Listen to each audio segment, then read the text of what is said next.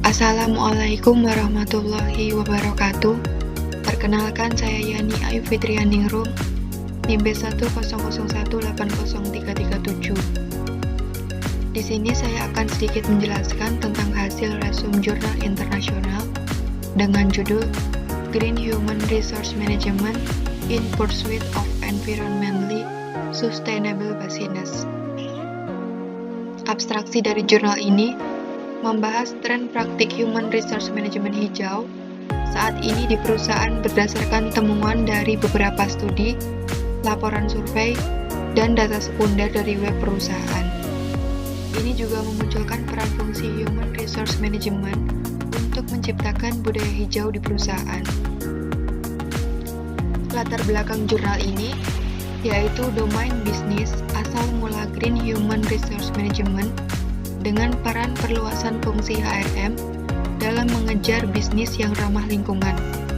Sehubungan dengan hal tersebut, jurnal ini bermaksud untuk menjelaskan konsep manajemen sumber daya manusia hijau, pendekatan perusahaan terhadap HRM hijau, keuntungan, serta kebijakan dan praktiknya. Tujuan dari jurnal ini adalah untuk menjelaskan konsep dan pentingnya kebijakan dan praktik manajemen sumber daya manusia hijau dan menjelaskan bagaimana fungsi HRM dengan kebijakan dan praktiknya dapat berkontribusi pada bisnis yang berkelanjutan secara lingkungan dan praktik yang relevan dapat diikuti.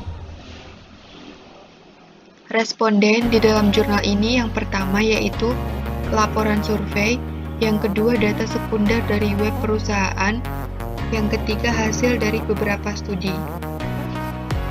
Definisi Green Human Resource Management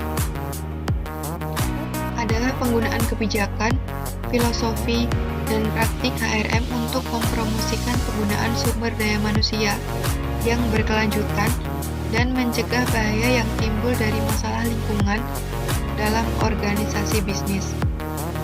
Menurut Mendip, Green HRM adalah penggunaan kebijakan manajemen sumber daya manusia untuk mempromosikan penggunaan sumber daya yang berkelanjutan dalam bisnis organisasi dan mempromosikan penyebab ketahanan lingkungan.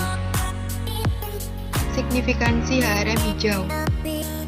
HRM memainkan peran penting dalam menanamkan strategi keberlanjutan organisasi untuk menciptakan keterampilan, motivasi, nilai, dan kepercayaan untuk mencapai triple bottom line. Hal ini memastikan kesehatan dan keberlanjutan jangka panjang dari pemangku kepentingan internal dan eksternal organisasi. Dengan demikian, ada kebutuhan yang berkembang untuk integrasi kelestarian lingkungan ke dalam manajemen sumber daya manusia.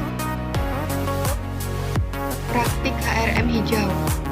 Survei yang dilakukan oleh UK Carter Institute of Personnel and Development mengulangi dengan 49% responden mempertimbangkan kredensial lingkungan perusahaan saat memutuskan untuk mengambil pekerjaan.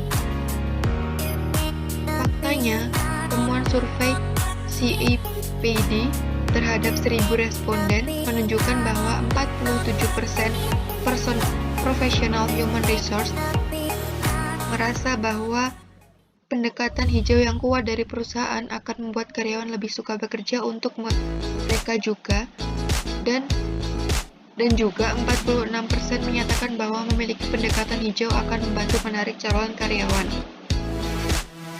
Penerapan HRM hijau.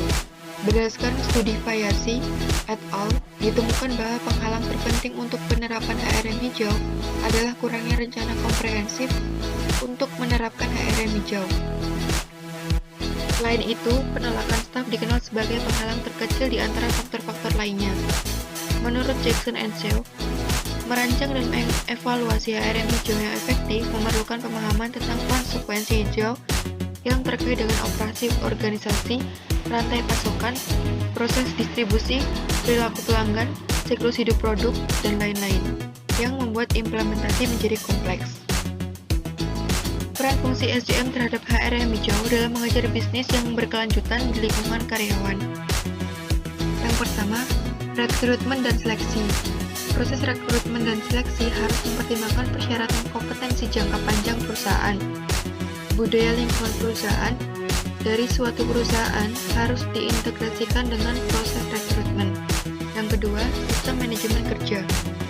Sistem manajemen kinerja untuk melengkapi praktik sumber daya manusia ramah lingkungan diperlukan untuk mengembangkan standar dan indikator kinerja lingkungan. Ini dapat dimulai dengan menghubungkan evaluasi kinerja dengan tujuan dan tugas hijau yang ditentukan dalam deskripsi pekerjaan.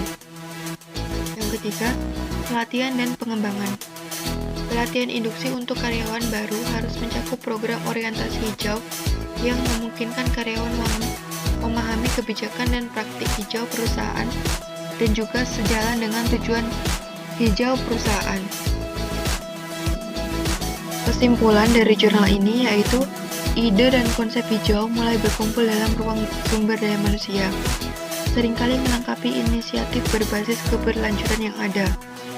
Mereka semakin memberikan manfaat nyata bagi bisnis daripada sekedar menambahkan kilau pada merek dan reputasi. Proses kebijakan, produk, dan alat baru ini sebenarnya membantu memastikan kepatuhan dan juga meningkatkan produktivitas.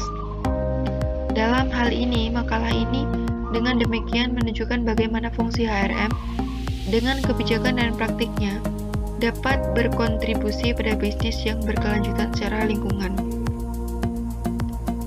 Sekian yang dapat saya sampaikan. Terima kasih atas perhatian dari teman-teman telah meluangkan waktu untuk sedikit mendengarkan penjelasan dari saya. Apabila ada kesalahan, mohon dimaafkan. Sekian dan terima kasih. Wassalamualaikum warahmatullahi wabarakatuh.